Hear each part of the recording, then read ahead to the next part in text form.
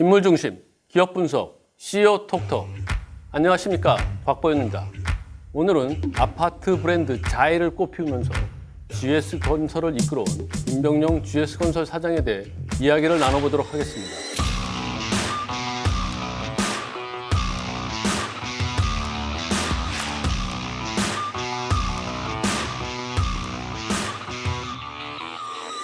아파트 자이의 브랜드가 삼성물산의 레미안을 위협할 정도로 아주 크게 성장을 했습니다. 이 아파트 브랜드 자이 그리고 GS건설 이 모두를 이끌고 있는 임병용 사장에 대한 얘기를 우리 홍지수 기자와 함께 나눠보도록 하겠습니다. 안녕하세요. 비즈니스포스트 홍지수 기자입니다. 네, GS건설의 아파트 자이가 상당히 성장한 건 맞는데요. 올라간 그 브랜드 위상을 확고하게 굳히려면 뭔가 확실한 한 방이 있어야 될 것 같은데 어떤 것들이 있을까요?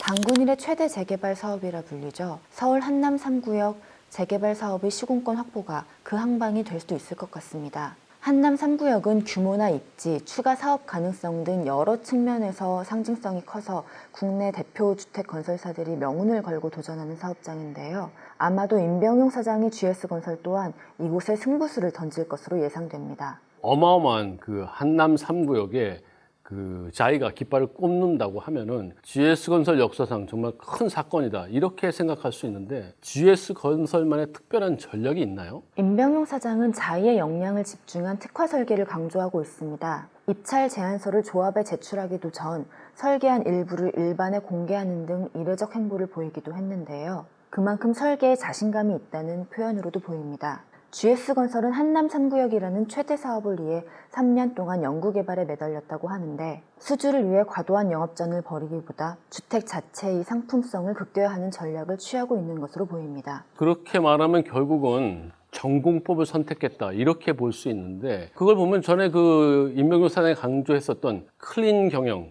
클린 수주 뭐 이거하고도 좀 일맥상통할 것 같은데 그런 의미가 좀 있나요? 그렇게도 볼 수 있습니다. 임병용 사장은 2017년 반포주공 1단지 1, 2, 4주구 재건축 사업 이후 대형 도시정비사업 수주전에서 조합원들에게 각종 부당한 이익을 제공하는 건설업계의 잘못된 관행을 바로잡는 데 관심을 보여왔습니다. 도시정비 사업의 그 건설사들의 경쟁은 정말 치열하기 때문에 때로는 정말 바람직하지 않은 그런 방향으로 흐르기도 합니다. 특히 그 2017년에 강남권의 도시 정비 사업에서 수주권을 따내기 위해서 대형 건설사들이 조합원들한테 금품 살포, 편의 제공, 각종 선물 뭐 너무나도 많이 했기 때문에 수사기관에 의해서 무더기로 조사받는 이런 일도 있었지 않습니까? 그렇습니다. 임병용 사장이 시도한 공정 경쟁 수립은 GS건설 내부에서조차 부정적 시선이 많았습니다. 하지만 이후 국토교통부가 도시정비 사업에서 과도한 경쟁을 제한하겠다는 방침을 세우면서 건설사들이 자발적 준법 경쟁 선언으로 이어졌습니다. 바로 그런 점은 사실 그 GS건설의 임병용 사장의 그 공이 크다 뭐 이렇게 생각할 수도 있을 것 같습니다. 다시 한남 3구역 얘기를 좀 해보면요. 그 눈에 띄는 게 좀 있어요. 다른 그 현대건설이나 대림산업은 그 DH 그리고 아크로 이와 같은 프리미엄 브랜드를 가지고서 경쟁을 하고 있는데 유독 GS건설은 기존의 자이 브랜드를 그대로 끌고 가고 있거든요. 뭔가 좀 다른 이유가 있나요? 물론 뒤에 헤리티지를 붙이기는 했지만 자이를 그대로 쓰고 있습니다. 자이 자체가 프리미엄 브랜드로서 가치가 있음을 내세움과 동시에 이전에 시공한 자이 단지의 가치도 유지하겠다는 것인데요. 건설사가 한 단계 위의 프리미엄 브랜드를 내놓게 되면 아무래도 이전 브랜드는 가치가 떨어질 수 있는 만큼 기존 고객들과 의리를 지키겠다는 것입니다. 그리고 그 한남 3구역 재개발은 정말 초기부터 건설사들의 경쟁이 너무 치열해서 진흙탕 싸움 되는 거 아니냐 이런 걱정까지도 나왔었습니다. 이런 상황에서 공정 경쟁 그리고 클린 수주를 주장하고 있는 그 임병용 사장이 과연 제대로 수주권을 따낼 수 있을지 저희들이 좀 지켜봐야 될 것 같습니다. 그 부분 그렇게 해서 좀 접고요. 저희들이 그 임병용 사장 이야기를 좀 집중해서 다시 해보도록 하겠습니다. 그 6년이 넘게 GS건설을 이끌어왔기 때문에 건설업계에서도 장수 CEO 이렇게 좀 불리고 있는데 그런 임 사장한테 GS건설의 국내 주택 사업은 좀 더 남다른 의미가 있다 이런 이야기들이 나오고 있는데 어떤 측면에서 그런 걸 해석할 수 있겠죠? 임병용 사장은 국내 주택사업 덕분에 위기에 처해 있던 GS건설을 정상화할 수 있었습니다. 임병용 사장이 취임한 2013년 6월 GS건설은 상반기에만 수천억 원이 넘는 영업 적자를 냈는데요. 같은 해 전체 영업 적자는 1조 원에 육박했습니다. 해외 사업장에서 생긴 부실이 바로 원인이었습니다. 그 2010년대 초만 해도 우리 국내 건설사들이 해외 시장에 뛰어들었고 저가 경쟁을 너무 심하게 했기 때문에 손해를 크게 보던 그런 해였습니다. 그것이 쭉 이어져 왔고 GS건설도 좀 예외가 아니었다 이렇게 평가가 되는데 작년 2018년도에 그 GS건설을 보면 영업이익이 1조 원 흑자로 나왔습니다. 그 기간 동안에 무슨 일이 벌어졌길래 이런 성과가 나올 수 있었던 건가요? 임병용 사장은 실패 가능성이 높은 해외 사업보다 안정적인 국내 주택 사업에 집중하는 게 낫다고 판단했습니다. 도시정비 시장에서 자의를 앞세운 공격적 영업을 통해 2015년에만 전국 20여 군데의 사업장에서 8조 원이 넘는 도시정비 사업 물량을 따냈습니다.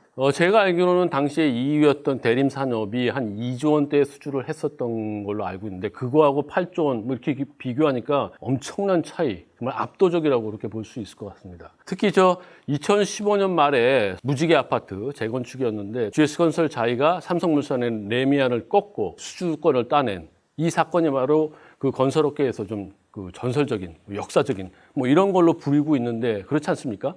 맞습니다. 더군다나 삼성물산은 2015년 무지개 아파트 수주전을 마지막으로 서울 도시정비시장 수주전에서 모습을 감췄습니다. 임병용 사장은 2015년 시작된 주택시장 호황기에 맞물려 삼성물산이 신규 사업을 진행하지 않은 틈새를 잘 파고들었다고도 볼 수 있습니다. 그 임병용 사장이 아파트 브랜드 자이를 가지고서 GS건설의 흑자 기조를 좀 단단하게 만든 그런 걸 저희들이 살펴봤습니다. 그러나 국내 대표 건설사 중에 하나인 GS건설이 국내 주택사업 하나만 갖고 있다. 이건 좀 아닌 것 같거든요. 좀 더 도약하기 위해서는 다음 스텝이 좀 필요하지 않나 이런 생각이 있는데 어떤 것들을 좀 준비하고 있나요? 많은 국내 상위권 건설사가 국내 주택 사업에서 큰 수익을 올리고 있는 것은 사실입니다. 하지만 정부 규제 등으로 국내 주택 시장 앞날이 불안한 데다 세계 건설 시장에서 국내 건설사가 아직 성장할 여지가 많다는 점에서 변화는 분명히 필요해 보입니다.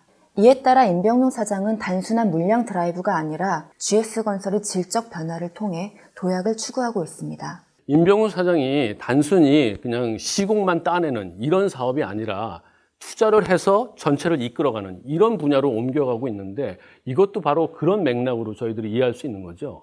그렇게 볼 수 있습니다. GS건설은 최근 터키의 제이안 석유화학단지 조성 사업에 처음으로 플랜트 사업 투자자로 나섰습니다. 시공뿐 아니라 운영도 함께 하겠다는 겁니다. 네, 그렇습니다. 그 임병용 사장은 대표에 취임했을 때부터 해외 사업에서 너무 저가 경쟁으로서 대규모 적자를 보고 있었고 뭐 GS건설뿐만 아니라 다른 데도 마찬가지였기 때문에 해외 수준에서 좀 기피하는 이런 모습을 좀 보였습니다.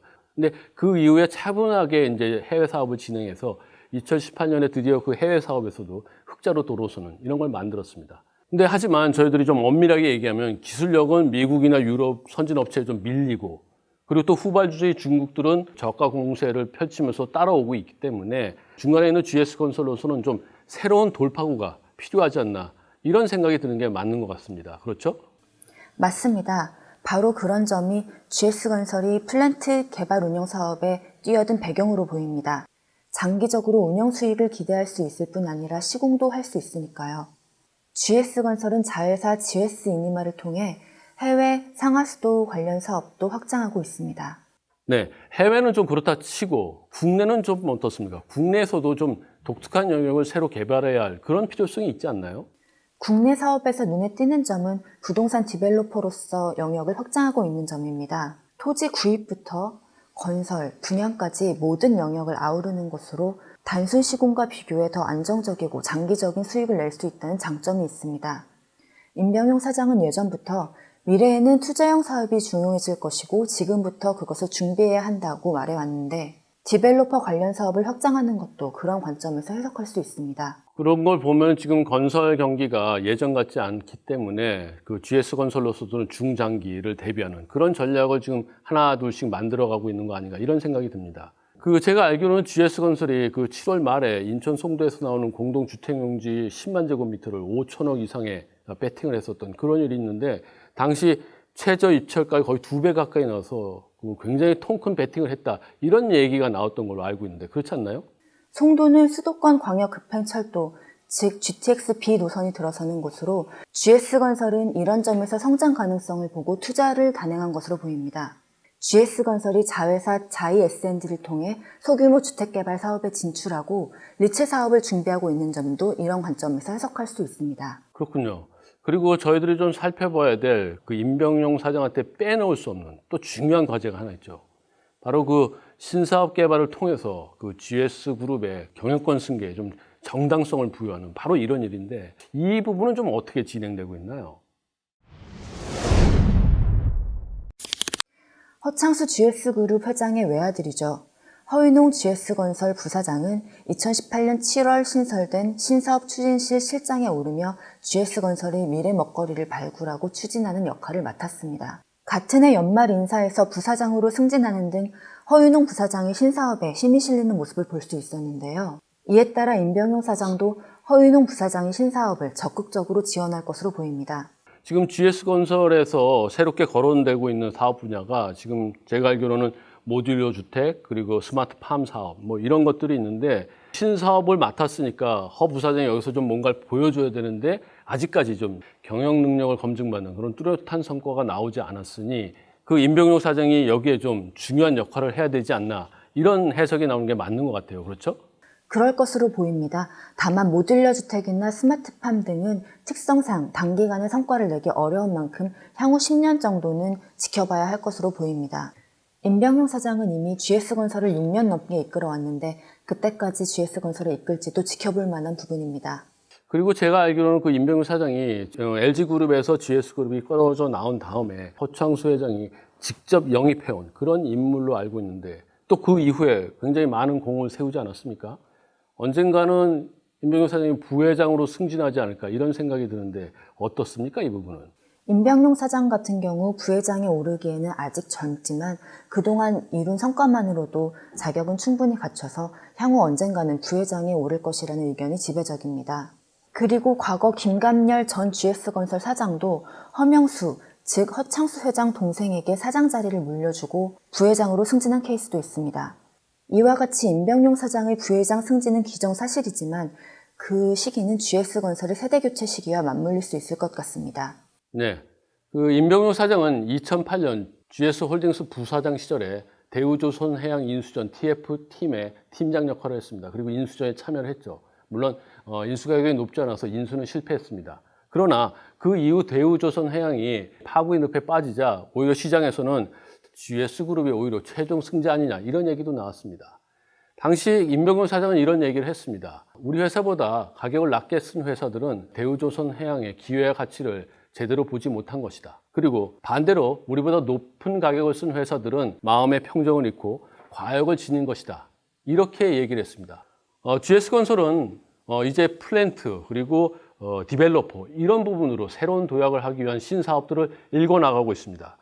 임병용 사장의 날카로운 판단력과 추진력이 GS건설의 미래를 어떻게 펼쳐놓을지 저희들이 지켜보도록 하겠습니다. CEO 톡톡 이것으로 마무리하겠습니다. 여러분 구독하기, 좋아요 꼭 부탁드리겠습니다. 감사합니다.